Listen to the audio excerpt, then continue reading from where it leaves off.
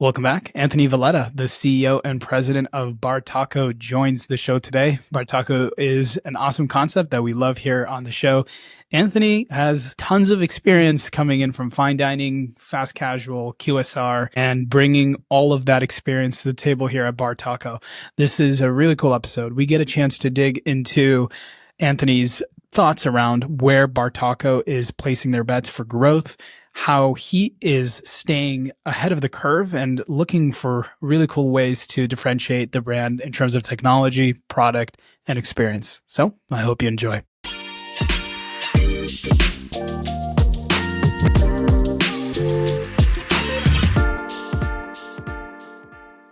Anthony, welcome to the show. How are you doing today, man? Doing well, man. Excited to be here. Thanks for having me. Likewise, I'm very stoked to hear about what you're working on at Bartaco. As we know, we've had Andy on the show, so we're a big fan of Bartaco and where you guys are going. Before we kind of dive deeper into all the cool stuff you're working on, take us back. Go back at the start of your career. I've seen that you've done fine dining, you've done QSR, you've pretty much done it all in the restaurant industry. Worked at large companies, emerging brands. Yeah. Give our audience a taste of what brought you to this point. What has your career been like? Yeah, I was one of the crazy ones that wanted to do this when I was young and never stopped. Most people kind of fall in the industry. I just fell in love with it early. So had a chance to really explore a lot when I was young, studied at school, but I came out of school working for what's now Darden, but Longhorn Steakhouse. So kind of saw the big corporate world of things, understood that, cut my teeth in the entrepreneur world, opening up, restaurants on a very, very skim budget and understanding, what it means you don't have a big corporate team. So tried the kind of mom and pop perspective, left there, worked with Del Frisco's for 7 years, the director of ops. So fine dining, big box, big sales volumes, running a $40 million steakhouse in New York, a $20 million one in Boston. Had a great time, went from private to public, back to private again. So quite an interesting ride with them. And left there to be a COO for a Michelin chef out of San Francisco with Michael Mina. So got to see really, with 16 concepts on a lot of different locations, but really learning all the nuances of what it means to be a Michelin chef and kind of grow concepts and be able to help him work with some of the specified concepts for growth. And then got into kind of the tech and QSR world, a place called Bird Call in Colorado. So high-end quality food at quick service kind of pricing with killer design, and we were building our own tech. So we had our own POS, our own KDS, wild couple years during COVID, running during that world. And all that led me to Bartaco today. And I think it's been interesting because Bartaco, it basically takes everything I've done and puts it in one bucket. Yeah. Yes. High quality food, high quality service. It's the vibe. It's like all the things I've done kind of can be attributed to what we're doing in Bartaco. So it feels like it's been a really good spot to kind of land for a long time and use everything I've experience in my career in one spot. Yeah, I love that. You brought that up when we spoke last time. You said that you're not compromising on any of your experiences. You're bringing your true self to the table, and all of the experiences that you've had along the way, you're able to play around with that at Bartaco. That's what I think is so special about Bartaco is it's a full service establishment, and I think of it as very classy, very elevated, also very modern and tech friendly. So there's so much that we can unpack there. Before we go into Bartaco, curious around what was the shift for you working for a larger corporate brand and then moving into a chef-driven concept with fine dining. What was that shift like for you? And what were some of the things you learned at those two different experiences that kind of conflicted with each other? Yeah, it's a great question. Listen, we work for the big corporate behemoths. They're successful for a reason, right? But when you get to a certain size, the idea of innovation and creativity and really expressing yourself on a plate or in a dining room, it does have to go away, right? Because if you're going to an Olive Garden per se, right, it can't be drastically different in Boise as it is in Denver, right? So you learn the power and value of systems and what they can provide in terms of consistency. Or my VP who I worked with Darden made a comment and said, I would pay to be as consistently crappy as, and I'm not gonna say the brand, but filled it in, a big box brand. But his point was like, you're getting the same mediocre salad here as you are in other states. And I think it taught me a lot about what systems I think are impactful in terms of maintaining a good business acumen and what systems take away from the creativity and the way you can express and individualize an experience. And then going to work on the Michelin side with the chef is everything is about the feeling, the look, the story, and all those little nuances that go in between. And I think it was interesting being able to apply some of the systematic things from a big corporate box to a Michelin experience is pretty fascinating, right? Because there's so many things that they have to do precisely the same way. The way you clear, the way you mark, the way the tables are pressed, like all those things are there. So it was interesting to see those worlds combine. But I think the biggest thing that I took from there and continue to take today is when you standardize everything, you lose the feeling of a restaurant. You just walk in and yep, I know the music, I know the song, I know what the bathroom is, I know what the food's gonna look like. You want those experiences to really feel catered and feel different. And that if you go in with a couple of your buddies on a Friday night to a restaurant, and I go in that same restaurant Saturday with my family, those shouldn't be the same experience, right? And at that higher end dining, this is very broad stroke, but like you learn the power of that and you empower your people to say, like, think outside the box, do something different, really engage in that component. I think learning those two things and then combining them is, I call it like a superpower, because typically those worlds don't live together, right? You're either like the playbook, like here's my checklist all day what I do, or you kind of just go with the flow and let things kind of run through the night and see where they take you.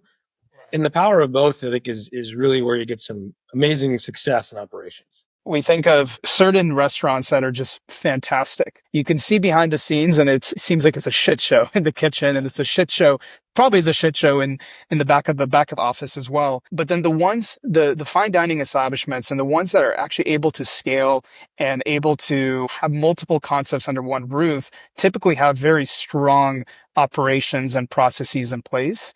And they adopt those things, whether it's from prior experiences or just realizing that those things are important. And with these larger concepts, when you're running multiple restaurants, you just don't have the flexibility to try something different. And I think that is maybe the trade-offs that you have to decide if you're deciding to work for a more corporate store or something that's a little bit more fine dining, a little bit more classy. And I believe it's possible to have both. I think you need to be very intentional around it. When you entered the seat at Bartaco, you came in as the president first, and then you got promoted to CEO. What was your mandate? What were you tasked with coming into that role? What did you want to change? Yeah, I think the two big things when I first came on, it came on right after COVID. So things in any restaurant group were were a little chaotic during that time. Yeah, But we had leaned heavily into digital dining at that time, QR based on the table, and we're trying right. to find ways to really make sure we could get great staff our restaurants to make sure our guests could come in and enjoy. And really, at that point, people were a little uncertain still of like, do I want to go to a restaurant? Do I want to engage with somebody? It was that kind of middle ground. So figuring out how you could provide a great experience and great hospitality when you're a digital based restaurant was really the big challenge. And it continues to today, like how that's morphed as the consumer has morphed post COVID and what their needs are today. I mean, we've gone back to having servers in the restaurant, and we still have a great digital platform that we'll be able to lean into for personalization, but we've gone more to the traditional model, and that's been the big task over my 4 years. Is every year it's been a new iteration of this because no one was doing it the way that we were doing it. I think the second piece I think is really just in my opinion, the current workforce. People have shown a lot more pride in where they work, meaning what it stands for. Like people took pride in working for great companies for forever, right? But now in interviews, we hear people asking more, what are you doing for the community? What are you doing in terms of your green initiatives? Like things that I'd never heard even 5 years ago. Wasn't even in existence. So being able to enhance the employee value proposition and really the employee compensation, not just meaning paying them more money or, those are all the easy things. It's all the other things that are coming up, whether it's supporting mental health, whether it's supporting financial aid, like all of those things. We have an amazing people team that's done an exceptional job, but that was a big part of how do you manage what I think is the largest variety of generations underneath one box you've ever seen. When you think about the restaurant workforce and you look at the amount of generations and the disparity between them, it is the most polarizing like thing when you look at your workforce. So you've got boomers to Gen Z, and they all want something very different. So really making sure it wasn't cookie cutter. And for us, it was like an a la carte menu. It's like, well, you can pick from this. You know, a lot of companies come out and you see them with this one great benefit everybody loves. It's like, well, 10% love it, 9% don't care. So how do you really diversify your offerings to be an appealing brand of choice to work for? So those are like the two really big things that I think so far we've hung our hat on. I've hung my hat on for my 4 years here. In terms of the benefits that you provide employees, is there something unique, or is there something that you've landed on that you've noticed keeps employees staying with Bartaco longer than other brands? I think honestly, it's not one in particular. I think they know our commitment to continually evolving the package. And I think what really helps us out is when you look over the past 2, 3 years, where are most of these companies cutting dollars? It's benefits, it's all these frills, it's all the extra stuff. That's the first thing that goes down. So the development of your team traditionally is the first thing that sacrifices when pennies are pinched. We saved some money the first year of this digital model on labor. We very easily could have pocketed it. We reinvested almost $1 million in our employees. All of our managers for 2 years had executive coaches. So I think most of it is that they realize our commitment to them, not just as an employee, as an individual. Like, we care about the development of them as a person, not the development necessarily of them as a Bartaco employee. Because that's how some people do it. So I'm going to make you the best hostess at Bartaco. Well, sure, but I don't really have that much. I can't transfer that somewhere. So we really look at it as, one, how can we develop them to have transferable knowledge even outside our industry? And two, the offerings that we have, we get a lot of feedback from our team. Like, what would you like to see? We heard feedback on learning our language. So we partnered up and we offer the enhanced Duolingo to all of our employees as a free benefit. It's a small thing, but we heard so much about our team that wanted to work on either being better at a certain language, they wanted to learn a second language. So for us, it's just like, you're on the ground. Like, what is your team telling you? I mean, there's plenty of inbox coming in via LinkedIn of like, I have the next best thing for your employees. Maybe you do. You don't know my employees. So like, it might be a great benefit, but if my team's not going to adopt it, we did a 401k match, which was great, but you look at the acceptance rate in most companies, it's a small figure, the people that actually do it. Great benefit, we still offer it. But if 8% of people use it, how do you appeal their 92? And Sure. that's what we've tried to do, is like, have enough buckets people can pick from. I love that. Yeah, you have to be very, very intentional with the benefits you provide, because a lot of things are just, like you said, are not being used or just not being appreciated enough. And if you have a fixed sum of money that you're able to dedicate to those initiatives, you want to make sure you're spending it right. I think that's a gold nugget there, is that you got to listen to what your employees are asking for, Yeah, and think outside the box in terms of the absolutely. food and also in terms of the benefits you provide. I remember when we last spoke, I asked you about value, right? How do consumers perceive value, especially now with full service restaurants are having a very hard time because they're getting pinched on costs, and prices are going really, really, really high for some consumers.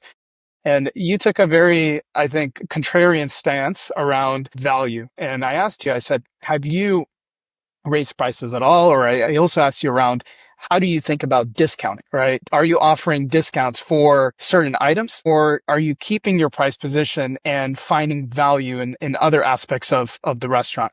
You want to tell us a little bit more about that conversation, where your stance is on value and how you're positioning Bartaco in front of competitors?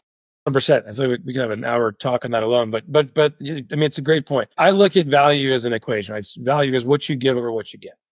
People always think value is price. They think it has to do with the actual tangible dollar. And it doesn't, because you can get great value at a fine dining restaurant. Doesn't mean it's cheap, just means you're getting great value. What you're giving up to go there, you're receiving what you think is more than whatever you give. That could be time, it could be money, it could be a zillion things. But when I look at value, to me, you got to look at your consumer base, understand like, what does your consumer base identify as value? And what I see so many brands doing now, and there's just a podcast from Jonathan Mays today, or his weekly interview, and he's like, all these brands are jumping on the big discount. Who's discounting more and who's discounting more? And the problem with discounts, at least in my eyes, like, we don't discount at all. Just, we've never done it, and I don't believe it. I think the second you discount, two things happen. You tell your consumer, your guest, that your product wasn't worth what we were charging in the first place. If a burger's $15 and I charge you 10 to discount it, then it wasn't worth 15 in the first place. So just charge the consumer what the product is worth, right? The value comes in the experience with the burger, right? Great ambiance, great vibe, great music, good engagement, good hospitality. That's where it really comes. But you see these brands that start just discounting because they think it's a draw, right? And what you're really doing is you're just trying to undercut the next guy. So if my $15 burger is 10, I don't have a loyal guest because of that, right? You have a burger joint and your $15 burger is now 8. Guess what? They're not coming to me anymore. They're going to you. And it becomes this game. And then when you look at your year over year, and you hear it on some of these earnings calls from these big companies, right? Well, last year we rolled over this discount, and this year we're doing like it's a game, and it's a game you play that really you're fighting for a non-loyal consumer. Whereas to me, value, it's like fight for that top 20% and make them the happiest people you can in your restaurant. Instead of coming in once a week, they come in twice a week or 3 times a week. And you do that with engaging and experience. And that value piece to me is it's the experience that offsets what you charge. I mean, no one, if somebody's buying an A5 ribeye, they're not like, man, that price looks pretty high. It's like, no, you know what you're getting. It's an A5 Yeah, ribeye, and you're getting absolutely. in this killer experience with great wine and a sommelier and all these things. And we try to look at it more in that component. Is like I we challenge the team of think about every guest touch point, and are we over delivering? And if we over deliver, we're giving great value. Whether our taco is $1.10, doesn't matter. Sure, there's a point when price you're just gouging. Like I'm not going to spend $30 for a basic Right, burger, but for sure. it's become this game. And honestly, I think people are starting to get a tough time. I remember, I think I mentioned this to you. Right after COVID, I was at a conference in Darden spoke, and they made a comment saying one of the best things that happened in COVID to them was they were able to reset all of their discounting because they kept playing the never ending possible or whatever it was, and they kept having to find ways to re-up it. So you discount or discount, and in COVID, they're like, we got to reset the board. So I think it's a dangerous slope, and I think you're gaining short-term market share. I like to look at our business of I want it to be sustainable long-term, and I think that's really where value plays. So best summary I can give. I can go on for a long one on that one, but I think it's an Yeah, I awesome can. question. It's a big topic. No, absolutely. It's as a econ geek, right? You don't want to be playing you don't want to be playing perfectly competitive games with your competitors, right? And only just solely competing on price. Is like you said, you can win in the short term. You drop it by $1, you'll bring customers to the store, but it only lasts so long. And then it's just a never ending loop until you get to this point, this price point where you just like, you cannot charge any lower or else you're going to be in the negative. I think for a lot of operators that are listening to this, I think this is a very good example of a brand that is thinking about all the elements that go into the experience for the guest. When we spoke last time, you brought up the touch points and how you're thinking about embedding technology in a very smart way. I have this philosophy coming from, technology, from a technology background, that I think too much technology is not a good thing. And it erodes the experience of walking into a restaurant. It erodes the experience of hospitality. But there are certain elements of technology that I think are necessary, A, to give a better experience for your guests, and B, to also help reduce the overhead of running a restaurant. We know that this is a very tough industry, and any percentage points we're able to save, let's take it. How have you been thinking about your tech stack around delivering exceptional hospitality for your guests? You want to double tap a little bit more on that because you brought it up earlier. Yeah, absolutely. I mean, when we're looking at it, we're always looking at ways to adopt technology that doesn't take away from the human to human connection. It actually is finding ways to enhance it.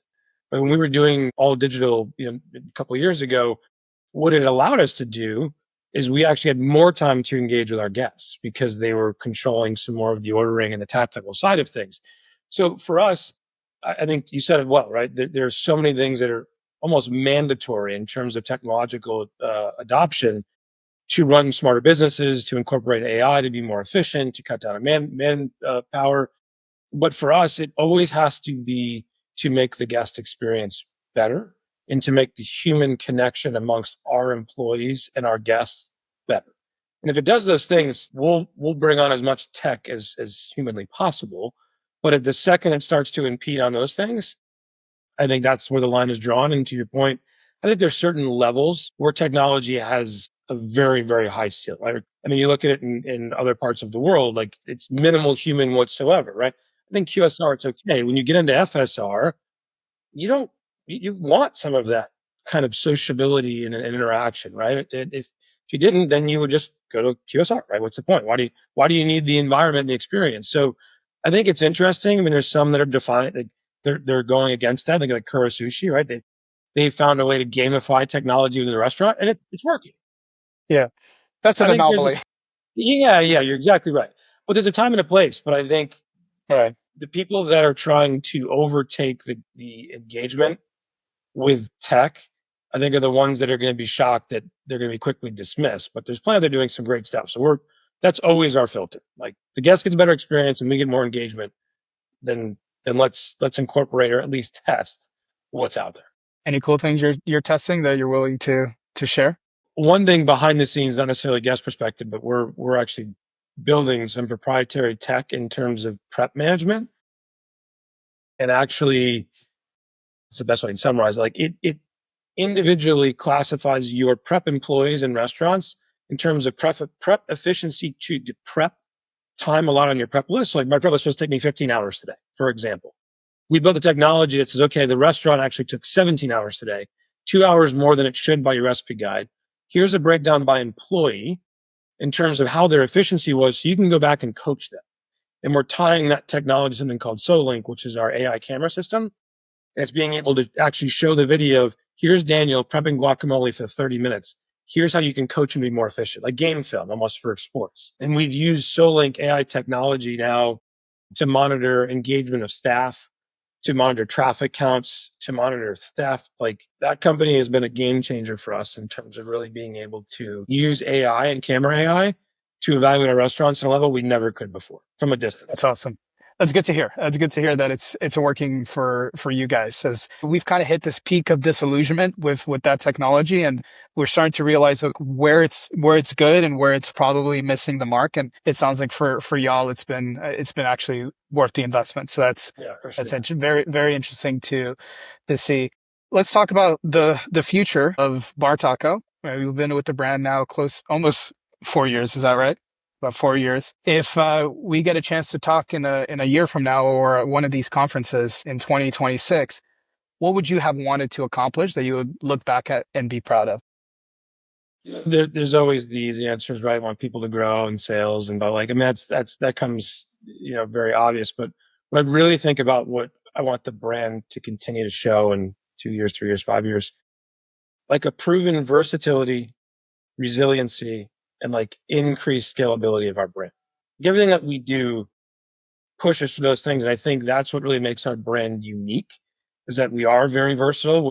We're somewhat resilient in terms of like, COVID and the crash of 08, 09, we were started and all these things. And our scalability, we're just showing how many more opportunities we have to really make this brand something special in so many different markets. For me, sure, there's tangible things that I can put on paper and be really thrilled about, but I think that's an easy answer. That's what I would want to continue to prove out in 3 years, look back and say, man, this is the brand that has accomplished those three things better than anybody else. That would be my very exciting storyline. I love it. Are there any new markets that you're toying around with, new geographies that you think are ready for Bartaco? Yeah, I mean we're opening up in Charlotte, which we're outside. We don't have that. I mean the Carolinas, we love the Carolinas and Tennessee. Looking to expand there. We're going into Maryland next year. Is our first store in Maryland as well. Or actually this year. So I mean the Mid Atlantic is really hot in that area. I think it's a phenomenal market for us. I think it's great. We opened up Jacksonville, which was great because it's kind of like getting that's I think basically between Jacksonville and almost like Wilmington, North Carolina. That all that is starting to show some really impressive growth. So I'm actually really excited to look at some beach towns, like all along that seaboard, is where we think we'll spend some time. And we're looking in the Midwest. We're looking at Indies and Columbus and Cleveland and places like that. At some point, hopefully, in the next 2 years, we'll put a good presence in the Midwest as well. Absolutely.